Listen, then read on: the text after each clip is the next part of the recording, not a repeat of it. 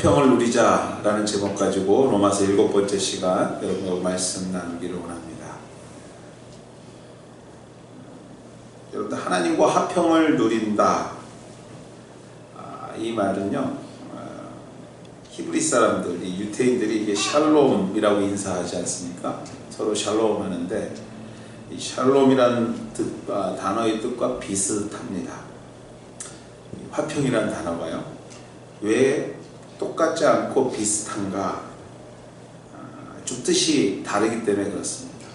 샬롬은 단순히 분쟁 없는 신적인 평안, 그 평안을 의미하는 단어라면, 화평은 이것을 포함하는 것은 물론이고 그것보다 더 큰 뜻이 있기 때문에 그렇습니다. 화평이란 앞서 말한 샬롬의 뜻을 포함함과 동시에 어떠한 뜻이 더 있냐면요, 그 말 그대로의 뜻은 상호 간의 긴장을 해소하여서 본래의 상태로 돌아가는 것을 말합니다. 원래의 상태로 돌아가는 것, 이전의 상태로 돌아가는 것이 화평이라는 것이죠. 다시 말해서 성경적으로 표현하면 이런 겁니다. 죄로 인해 하나님과 원수된 우리의 관계가, 그래서 끊어진 관계가, 하나님과의 관계가 다시 회복되는 것을 말하는 것이에요. 끊어진 것이 다시 연결되는 것을 말하는 것입니다. 아담의 죄로 인해서 우리가 하나님과의 모든 것이 단절됐다면, 화평이라는 것은 그 단절이 회복되는 것을 얘기한다는 것이죠. 그렇습니다, 여러분들. 화평이란 하나님과 우리의 관계가 회복되는 것입니다. 복원되는 것이죠. 복권되는 것이죠. 그런데 그냥 되는가? 그냥 복원이 되는가? 여러분, 성경은 이렇게 말하고 있습니다. 죄의 삭은 사망이다 말하고 있듯이, 죄를 지었으면 그 죄에 대한 대가를 분명히 치루어야 됩니다. 다시 말해서 성경이 말하는 대로 죄의 대가는 죽음이에요. 죽어야 되는 것이에요. 근데 죽지 않고 화평, 즉 회복이 되었다는 것입니다. 그렇다면 여러분, 여기서 한 가지 우리가 알아야 될 것이, 누군가 그 죄값을 치렀다는 얘기 아닙니까? 적어도 나는 안 치른 것 같은데 내가 하나님과 화목됐다는 것은 누군가 그 죄값을 치렀다는 얘기예요. 그것이 누구시죠? 바로 예수님이라는 것이죠. 그 벌을 나 대신 예수님께서 받으시고 하나님과의 우리의 관계가 연결됐다는 것입니다. 그런 의미에서 1절 말씀 한번 다시 한번 읽어보도록 하겠습니다. 제가 설명한 것을 기억하시면서 1절 말씀 한번 다시 한번 읽겠는데요, 같이 읽겠습니다. 그러므로 우리가 믿음으로 의롭다 하심을 받았으니 우리 주 예수 그리스도로 말미암아 하나님과 화평을 누리자. 예수 그리스도의 중보로, 즉 희생으로 하나님과 우리의 관계가 회복된 것을 말합니다. 그래서 하나님의 나라를 소망 삼게 된 것이죠. 지난 시간 제가 이런 말씀 드렸습니다.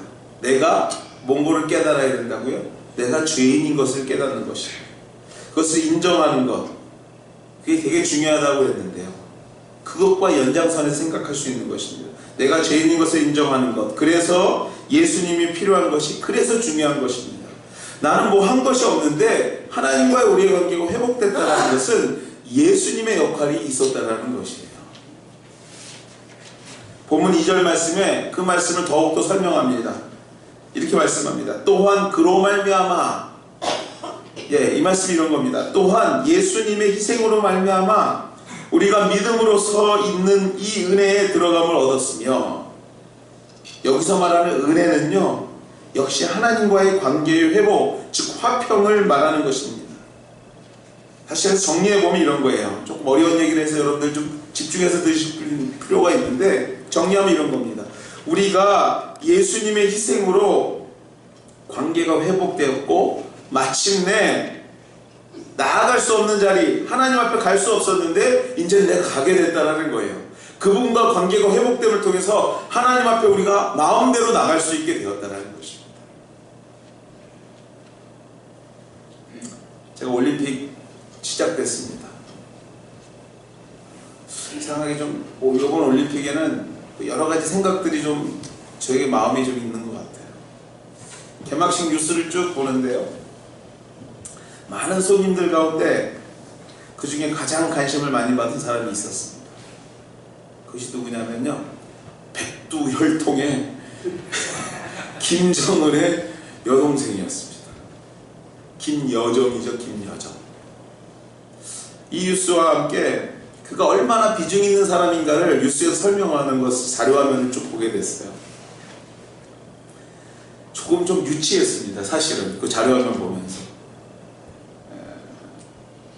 어떤 자료화면이냐면요, 김정은이 딱 나타나니까 그냥 사열대 줄 쫙 서서 압수하려고 막 기다리고 있는데, 이 김여정이라는 사람이 혼자 따로 떨어서 막 놀고 있어요. 혼자 박수 치고 막 자유롭게 돌아다닙니다. 군인들 사열 앞에 두고 막 연설하고 있는데 뒤에서 막 보였다 말았다 막 이러면서 장난치고 있는 거예요. 그러면서 이분이 그 정도로 비중이 드는 거예요. 여러분들 왜 김여정이라는 사람이 그렇게 할 수 있을까요? 다른 사람 딱 줄 서가지고 혹시나 뭐 틀릴까 겁먹는데 그분만 막 자유로워요. 그냥 뭐 이것도 하고 저것도 하고. 그렇죠 여러분들. 백두혈통이에요. 특별한 관계가 있는 거예요. 그래서 그분하고 나하고는 아무리 뭐를 해도 문제가 되지 않는 거예요. 다른 사람은 안 돼도 나는 괜찮은 거예요. 해도 되는 것이죠. 물론 여러분들 이것과 비교할 수는 없지만 그동안 하나님 앞에, 전능자 하나님 앞에 나가지 못했던 우리들이 이제는 나아가 하나님의 기쁨의 시간, 하나님의 영광을 바라고 즐거워하느니라, 하나님의 자녀의 자격이 회복되고 회복한 그 영광을 즐길 수 있게 되었다는 거예요. 이제는 하나님 앞에 예배드리는 것이 뭐 벌받는 게 아니라 이제 즐거운 거예요. 하나님 앞에 나와서 하나님 앞에 인사하고 하나님 감사합니다 기도하고 찬양하는 것이 이제는 그전과 다른 거예요. 하나님의 존재가 벌하는 존재가 아니라 즐거움의 존재로 우리가 그분의 즐거움에 동참하는 그러한 관계가 되었다는 것이죠. 이것이 바로 바울이 말하는 화평의 관계예요. 무슨 말씀인지 아시겠어요? 예수를 믿었다면 이 화평의 관계가 이미 이루어진 거예요. 우리가 하나님 앞에 언제든지 나가고 그분의 즐거움이 나의 즐거움이 되는 것입니다. 믿습니까 여러분들? 그것이 오늘 바울이 말하고자 하는 화평이라는 것이죠. 2절 말씀 한번 같이 읽겠습니다. 2절 말씀 큰 소리를 같이 읽겠습니다. 또한 그로 말미암아 우리가 믿음으로 서 있는 이 은혜에 들어감을 얻었으며 하나님의 영광을 바라고 즐거워하느니라. 앞에서 말씀드린 것처럼 회복, 즉 화평, 단절되었던 하나님과의 관계가 회복된 우리가 하나님이 경험하는 즐거움에 동참한다. 성경은 이렇게 말하고 있어요. 그 복을 누리는 거죠. 이것이 복인 거예요. 바울은 2절에 이어서 계속해서 설명하기를 원합니다. 그래서 이런 말을 해요. 다만 이뿐 아니라, 3절에 뭐라고 합니까? 다만 이뿐 아니라 라는 접속어를 쓰기 시작합니다. 말씀과 함께 하나님과의 관계의 회복, 즉 화평을 통해서 얻게 될 진정한 베네핏, 복이 무엇인가를 설명하기를 원해요. 그런데 여러분들 이 말씀이 여러분들 그냥 계속 우리가 너무나 익숙한 말씀이라서 그런데 읽어보면요 어딘가 모르게 어색한 말씀이에요. 발견하셨나요 여러분들? 앞에서 그래요. 다 죽을 수밖에 없는 우리가 하나님과 화평을 이뤘대요. 관계가 연결됐어요. 그래서 기쁨에 참여한대요. 그런데 바울은 이것보다 더 큰 게 있다고 설명하기를 원하는 거예요. 다만 이뿐 아니라 하면서 더 큰 게 있는데 진짜 읽어보십시오. 더 큽니까? 무슨 얘기예요? 다만 이뿐을 해놓고 갑자기 환란이 딱 나와요. 환란 중에도 즐거워하고 여러분 어색한 걸 발견하셔야 돼요. 오늘 포인트는 이겁니다. 앞서 관계가 회복되어 하나님의 즐거움에 동참하는 은혜의 이야기를 했습니다. 바울은 그것으로 충분하지 않아 그것보다도 더 큰 것이 있는 것처럼 문장을 이끌어가는데 실질적으로 내용을 보면 전혀 반대인 얘기를 하고 있다는 거예요.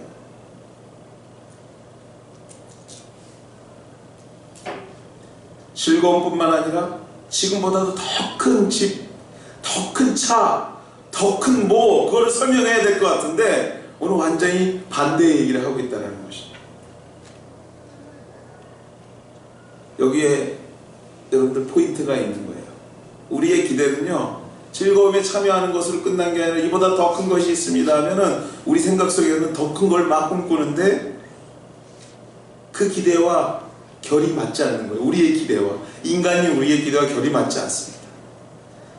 그렇습니다. 여러분들, 바울이 말하는 더 큰 것이, 복이 우리의 기대와 같지 않은 것에서부터 우리의 오해가 시작이 되는 거예요.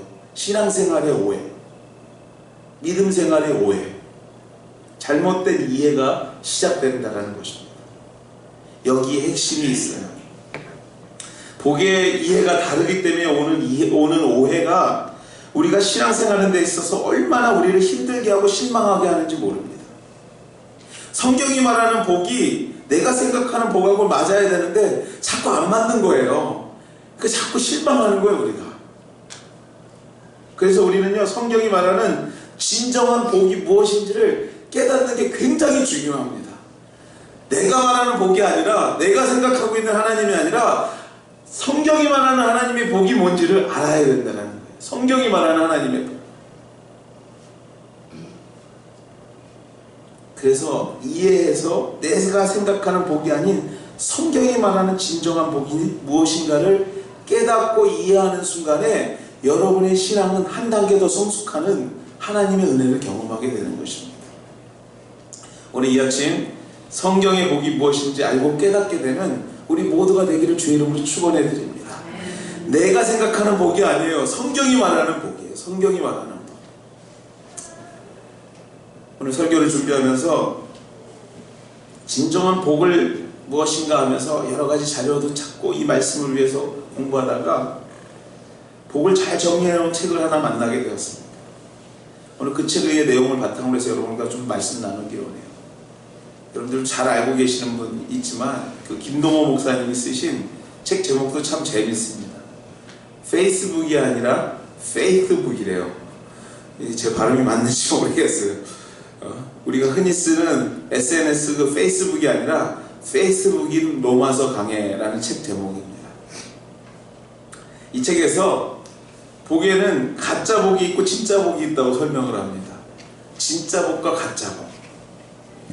그래서 이 진짜 복과 가짜 복을 두 단어로 설명을 해요. 편안과 평안. 편안한 거하고 평안한 거하고의 차이라고 설명을 합니다.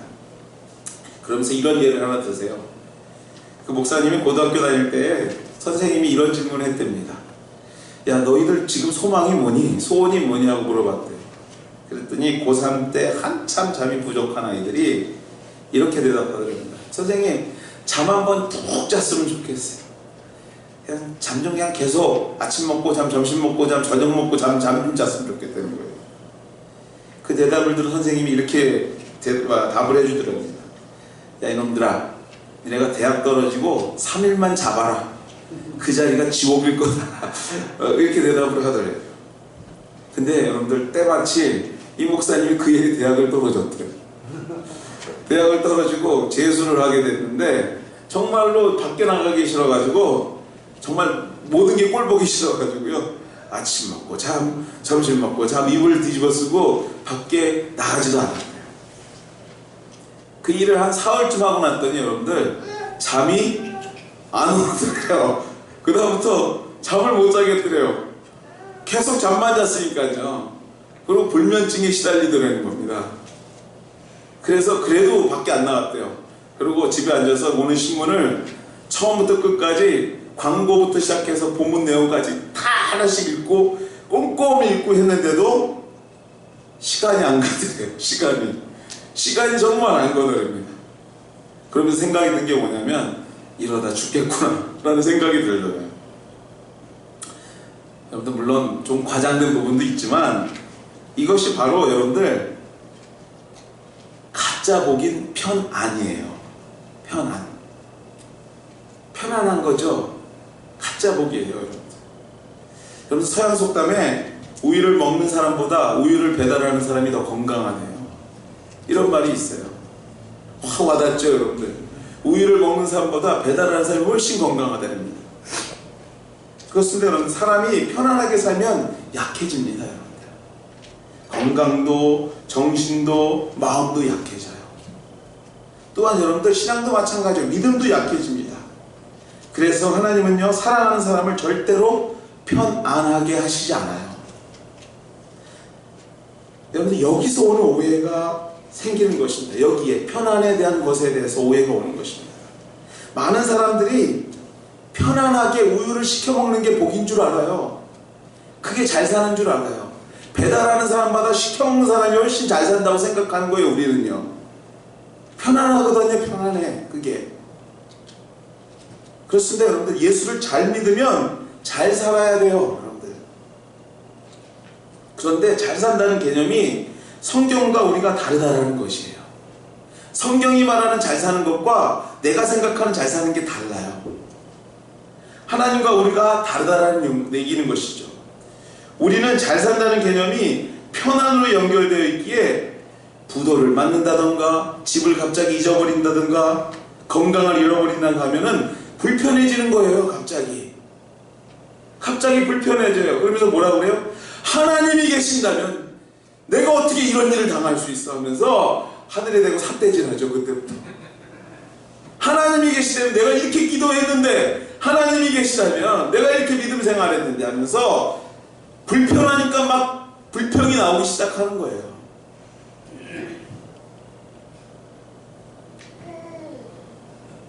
예수 믿으면 잘 살아야 하는데 왜 불편해질까요, 여러분들? 그렇습니다, 여러분들. 편안한 것이 잘 사는 것이 아니라서 그래요. 하나님은 우리를 강하게 연단하십니다. 믿습니까, 여러분들? 편안하게 지내다 보면요, 약해져서 제대로 살지 못하는 것이에요. 그래서 하나님은요, 우리를 불 가운데도 물 가운데도 내어놓으시고 훈련하세요. 하나님은 우리를 연단하십니다. 근데 여기서 여러분들 꼭 한 가지 기억하실 게 있어요. 훈련하는 과정에 있습니다. 훈련 받을 때, 연단 받을 때 꼭 기억하셔야 되는 한 가지가 뭐냐면, 여러분 훈련하면 생각나는 게 뭐죠? 군대예요, 군대. 또 군대에서 훈련을 담당하는 사람들을 조교라고 합니다. 교관이라고 해요. 여러분들, 교관들이 준비될 때는요, 훈련병보다 훨씬 세게 준비해요. 정말 훈련을, 속된 말로 정말 눈물이 쏙 빠지게 훈련을 합니다. 왜 그럴까요? 여러 가지가 이유가 있겠지만 좀 정리해보면 이런 거예요. 교육을 잘하기 위해서도 그렇게 하겠죠. 본인이 익숙해야 되니까. 근데 가장 중요한 건 뭔 줄 아세요, 여러분들? 그거보다 더 중요한 것은 이렇게 훈련하면 절대로 안 된다는 것을 깨닫게 하기 위해서예요. 잘못된 훈련을 하지 않게 하기 위해서라는 거예요. 그렇습니다, 여러분들. 이렇게 훈련 받다가는 죽을 것 같은데, 곧 망할 것 같은데, 하지만 교관은요, 그 정도로 사람이 죽지 않는다는 것을 알아요. 이 정도 했을 때는 괜찮다는 것을 안다는 거예요. 자기들이 아니까. 아니, 알게 준비되어 있어요, 여러분들. 하나님도 우리를 때로 힘들게 훈련하십니다, 여러분들. 정말로 눈물이 쏙 빠지게 훈련하실 때가 있어요. 저 바닥 밑에까지 치실 때가 있어요. 정말 헤어날 수 없는 그 구렁텅이까지 밀어 넣으실 때가 있어요. 그러나 여러분들, 하나님은 우리를 강하게 만들기 위해서 그러한 일을 하실 뿐만 아니라, 여러분들, 하나님은요, 우리를 너무나 잘 알고 계시기 때문에 감당할 만한 훈련만 하세요. 믿습니까, 여러분들? 그래서 삿대질하지 마셔야 돼요, 여러분들. 이러다 곧 어떻게 되면, 아니요, 하나님이 훈련하시는 일들은 그 끝을 알고 계세요. 우리의 분량을 알고 계세요. 정리하면 그렇습니다, 여러분들. 정리하면 그렇기 때문에 편안한 것이 꼭 좋은 것만은 아니라는 것이에요. 여기서 한 가지 여러분들에게 좀 질문하고 싶어요. 뭐냐면 우리가 잘 살고 못 사는 기준이 되는 것이 뭐죠, 여러분들? 여러분이 생각하기에 거룩하게 말고요. 돈이죠, 돈. 돈은 우리를 평안하게 할까요? 편안하게 할까요? 질문의 의도자의 그 의도를 여러분들 잘 아시는 것처럼 여러분들 예상한 대로 돈은 우리를 절대로 평안을 주는 게 아니라 편안한 대상이 돼요. 토론토에 가보면요, 제가 토론토 처음 왔을 때도 안다는 분이 이 동네가 최고 부자야 하고 하면서 구경시켜주는 동네가 있어요. 로렌스 근처에 가면 있죠. 동네에 가보면 정문에서 그 집까지 들어가는데 한참 뛰어가야 돼요, 진짜. 그죠? 보면 다 가드닝 하는 사람들 막 다 있고, 여름 되면은 진짜 와, 저택이구나 합니다. 야, 정말 부자구나 생각하고 우리의 부러움의 대상이 되기도 하지만, 또한 그곳에 수많은 카메라들이 있는 것 또한도 대부분의 집들이에요. 그 곳곳에 카메라들이 다 있어요. 왜 그렇습니까, 여러분들? 불안한 거죠. 예, 여러분들, 집이 커서 편안한 것은 맞는데 그 속에 평안이 없는 거예요.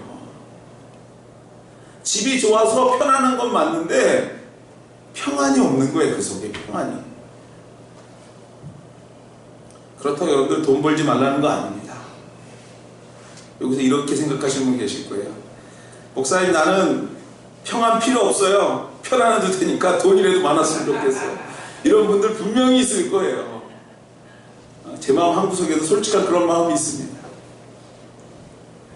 그렇습니다, 여러분들. 돈은 참 유용한 놈이에요, 사실. 얼마나 쓸 데가 많은데요, 여러분들. 그래서 생각을 좀 바꾸셔야 돼요. 물질에 대해서요. 뭐냐면요, 돈이 많아서, 많이 벌어서 행복해지겠다는 생각을 좀 내려놓으셔야 돼요. 돈이 많아서 행복하지 않습니다, 여러분들. 어떻게 해요? 돈을 잘 써야 되겠다는 생각으로 바꾸셔야 돼요. 그것이 많아서 행복해질 때까지 나는, 그러다가 여러분들 하나님 나라에 가세요. 그냥 잘 써야 되겠다는 생각으로 바꾸셔야 돼요. 그렇습니다. 평안이 가짜 복이라면 평안은 진짜 복입니다. 왜냐하면 평안은 돈이 주는 것이 아니라 믿음이 주기 때문에 그래요. 믿습니까, 여러분들? 평안은 환경이 그들을 움직일지 모르지만 평안은 예수님이 우리의 마음을 움직이는 거예요. 예수를 믿건 안 믿건 부자일 수도 있고 가난할 수도 있습니다. 그러나 예수를 믿지 않고는, 믿음이 없이는 참 평안이 없어요. 여러분들 믿습니까?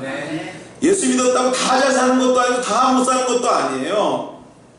그러나 예수를 믿지 않고는요, 그 마음에 평안은 없어요.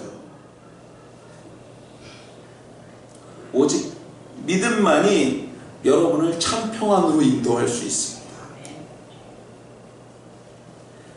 다윗이 시편에 이러한 말씀을 기록합니다. 시편 3편 5절과 6절 말씀에 보면 이런 말씀이 있어요. 내가 누워 자고 깨었으니 여호와께서 나를 붙드심이로다. 천만이 나를 에워싸 진친다 하여도 나는 두려워하지 아니하리라. 사람들이 다윗을 보면서 혀를 껄껄 찼어요. 왜냐하면 10,000명의 사람들이 다윗을 죽이려고 쳐들어오는데 이렇게 물어보는 거예요. 이 상황에서 잠이 오냐? 이렇게 물어보는 거예요. 이 수많은 대적이 너를 위협하는데 잠이 오니? 이렇게 물어보는 거예요. 그랬더니 다윗이 뭐라고 대답합니까? 다윗의 답은 간단해요. 여호와께서 나를 붙드심이라. 10,000명이던 사업이 망하던 쓰러지던 하나님께서 지키시는데 It's okay. 나 잘려. 자. 나 잘 거야 하고 잔 거예요. 이때 내 마음 같으면 잠이 오겠어요, 여러분들? 하나님이 그 속에 있으니까 참 평안을 갖고 잠을 자게 되는 거예요. 이것이 믿음이고 이것이 평안인 것이에요, 여러분들. 성경이 말하는 평안인 거예요, 이게. 제가 자주 말씀드리는 거 있죠, 여러분들. 예수 믿으면 부자 됩니다. 이게 맞다면 전도할 필요 없어요, 여러분들. 오늘 우리 교회가 그래도 한 명이라도 더 올 수 있도록 열심히 노력할 필요 없어요. 여러분들 나가셔서요, 그냥 라인업 세우시고 티켓 나눠주면 돼요. 그리고 마음에 안 들어 오지 마 이래도 막 오려고 그럴 거예요. 여러분들, 예수만 믿으면 부자 되는데 누가 안 오겠어요? 세상 사람들 기준에는 그게 잘 사는 거라고 생각하는데, 그런데 여러분들, 예수 믿어도 가난할 수 있어요. 부자가 되는 것도 아닙니다.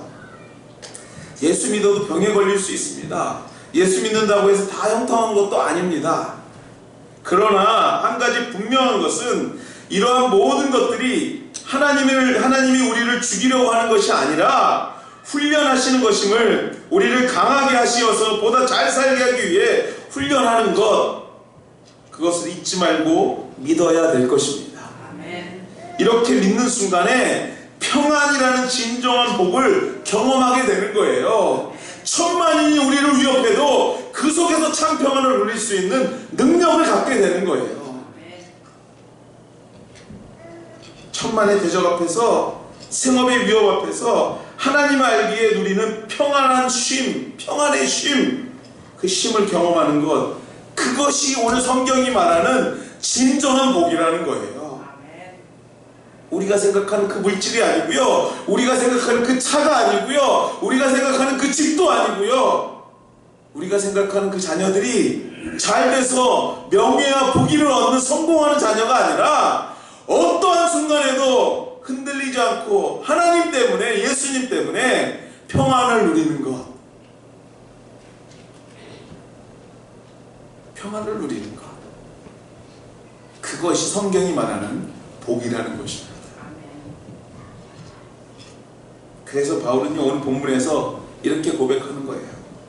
다만 이뿐 아니라 우리가 환난 중에도 즐거워하나니 이는 환난은 인내를, 인내는 연단을, 연단은 소망을 이루는 줄 알미라. 이 말이 무슨 말인지 의미를 아시겠죠, 이제. 그래서 이게 더 크다는 거예요.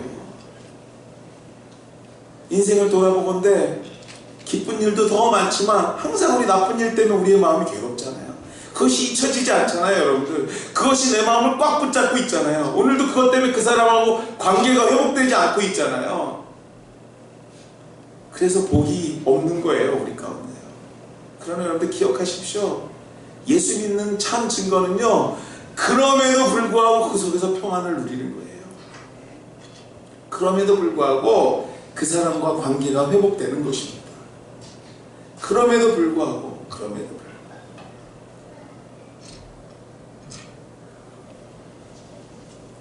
말씀을 정리합니다, 여러분들. 우리는 하나님과 화평의 관계를 회복한 자들입니다. 믿습니까, 여러분들? 네. 이제 더 이상 이게 끊어지지 않아요. 네. 화평하셨어요. 이제 하나님 앞에 언제든지 나갈 수 있는 우리들의 자격이 있습니다.